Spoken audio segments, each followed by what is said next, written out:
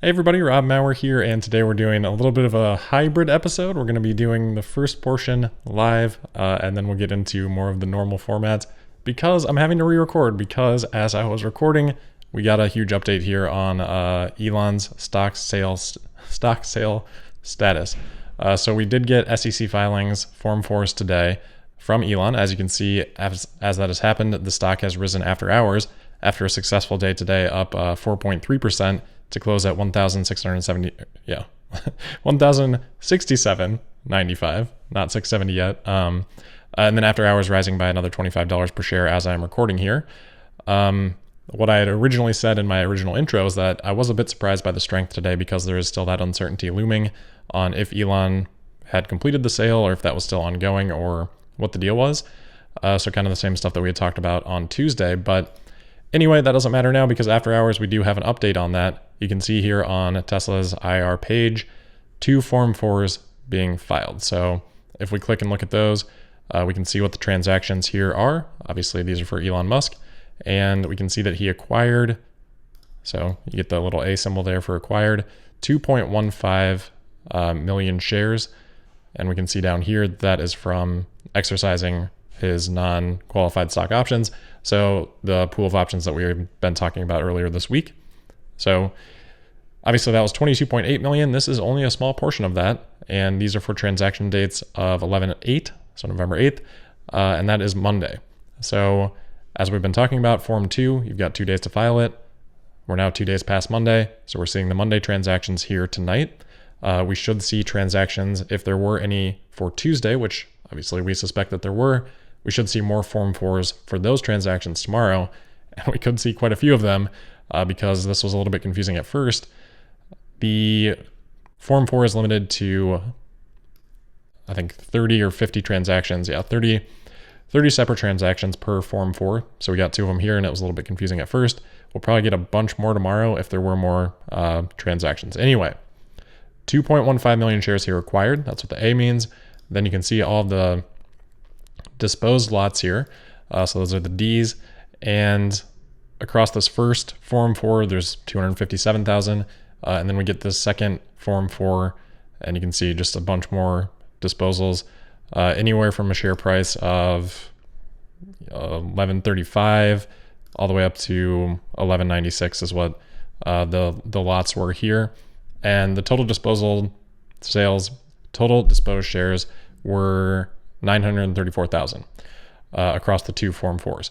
So acquired 2.1 million, sold 900,000, leaving him with, if we see at the bottom here, 1.2 million of those acquired shares, adding to his total share count. So this is different than what I was expecting in the stuff that we had walked through on Monday or Tuesday, because based on Elon's tweet, selling 10%, I expected him to just exercise and sell all of these shares.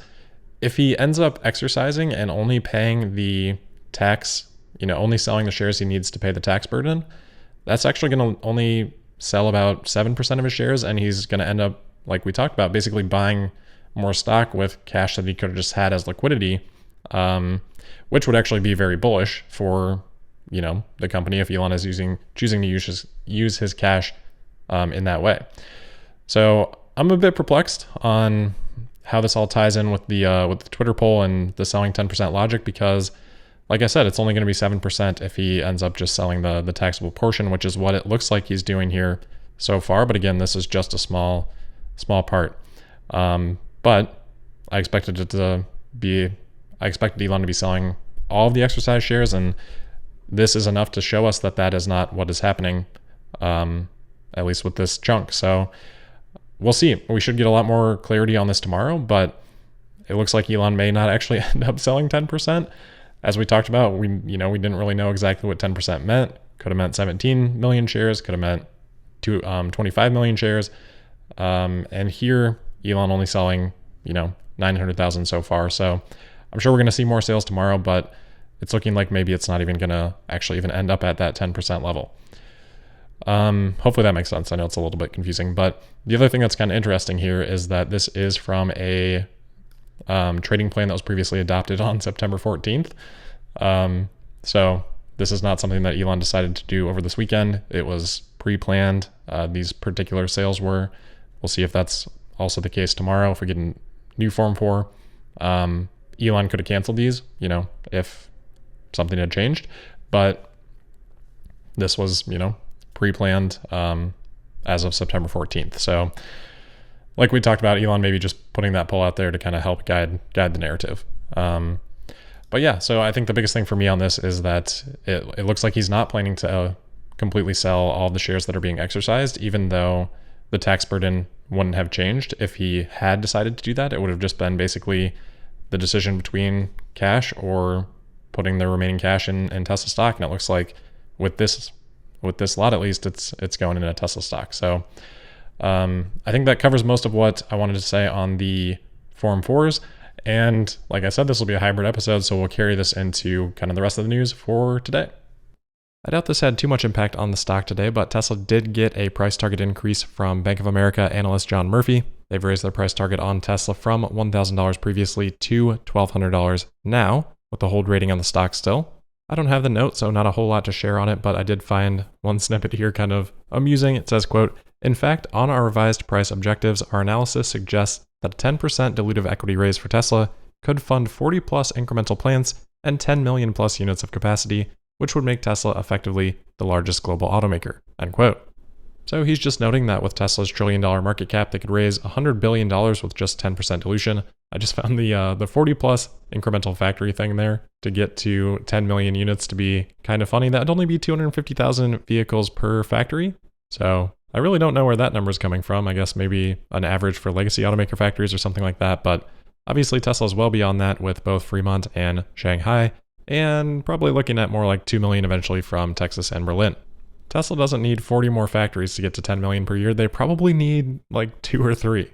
And they pretty clearly don't need to raise $100 billion to do that, though. Yeah, they certainly do have the option. Speaking of factories, let's talk a little bit about what's going on in Texas. Obviously, we know Tesla's got about 2,000 acres there for Giga Texas, but we've got a new report from the Austin Business Journal that suggests that there might be even a little bit more land in that area that Elon Musk may be involved with.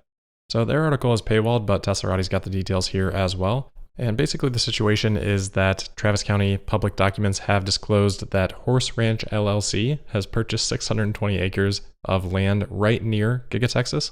And the manager for Horse Ranch LLC is none other than Jared Birchall, who's a legal and financial advisor for Elon Musk. He's also on the board of the Musk Foundation.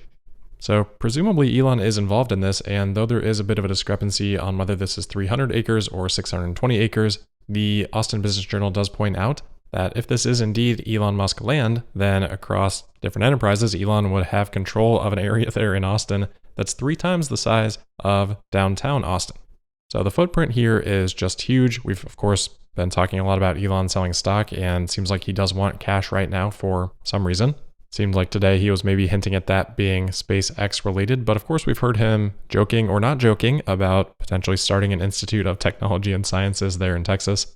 So with the stock sale and this land here, I'm kind of wondering if that is maybe what Elon has planned for it. It would be very close to University of Texas. I don't know that they'd really like that all that much, and I have no idea if that'd be a good place to put it anyway, but size-wise, it would probably work out. It looks like University of Texas is about 437 acres in terms of the campus. So if this is 620 acres, it seems like it could be a possibility. I think it's a long shot, but still fun to speculate about. And if Elon's got this influx of cash, which he seems to want right now for some reason, that's going to be deployed somewhere. So there's some value to figuring that out if possible. I mean, it's most likely something SpaceX related, but I think you could argue that a university is SpaceX related at the end of the day. Anyway, moving on here, we've got a quick update on Tesla in China. So the standard range Model Y previously had a 6 to 10 week estimated delivery time frame. That's now been increased to 10 to 14 weeks. So the standard range Model Y now fully into 2022 in that delivery range. Delivery for the long range Model Y is still projected in the fourth quarter, and for the standard range Model 3, sometime in the next 6 to 10 weeks.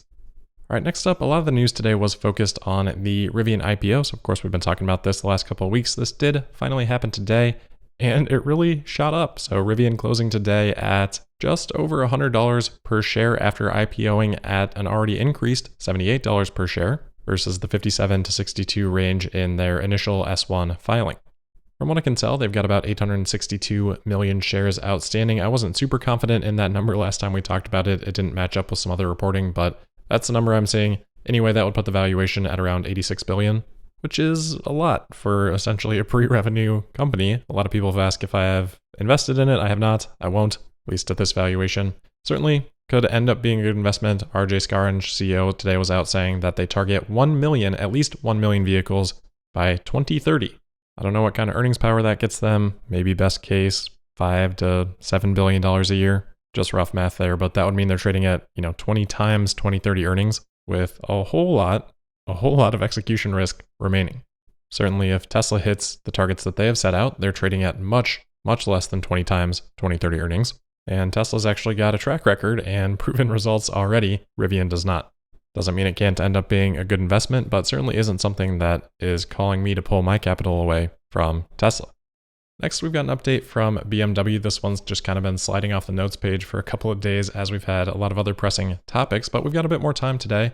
So sharing some news from last Friday, BMW confirming to Autoblog that they are going to be shipping a decent number of models here without touchscreens. So BMW 3 Series, 4 Series, BMW X5 through X7, and BMW Z4 are apparently all going to be shipping right now without touchscreens due to chip shortages.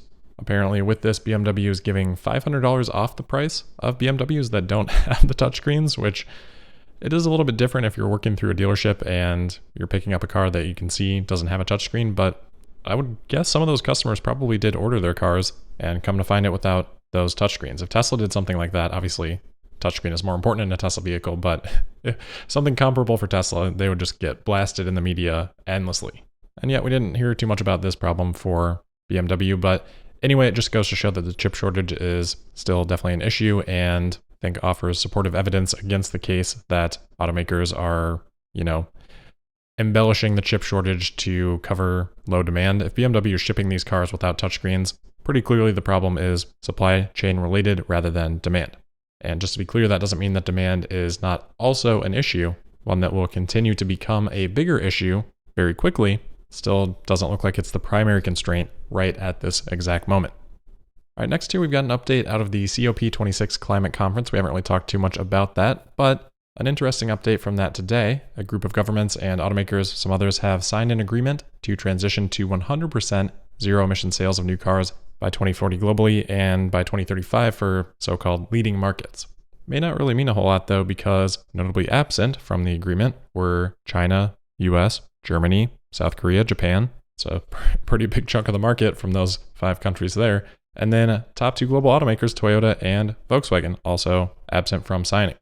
No surprise there from Toyota. They were actually just named the 3rd most obstructive company towards climate policy by InfluenceMap, right behind Exxon and Chevron. And we've talked a lot about it. Their EV efforts have been lacking, to say the least. But interesting to see Volkswagen on there as well, and kind of ominously, I'd say.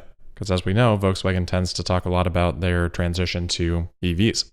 From this, it kind of would appear that they don't feel comfortable in that transition being complete in the next 14 years.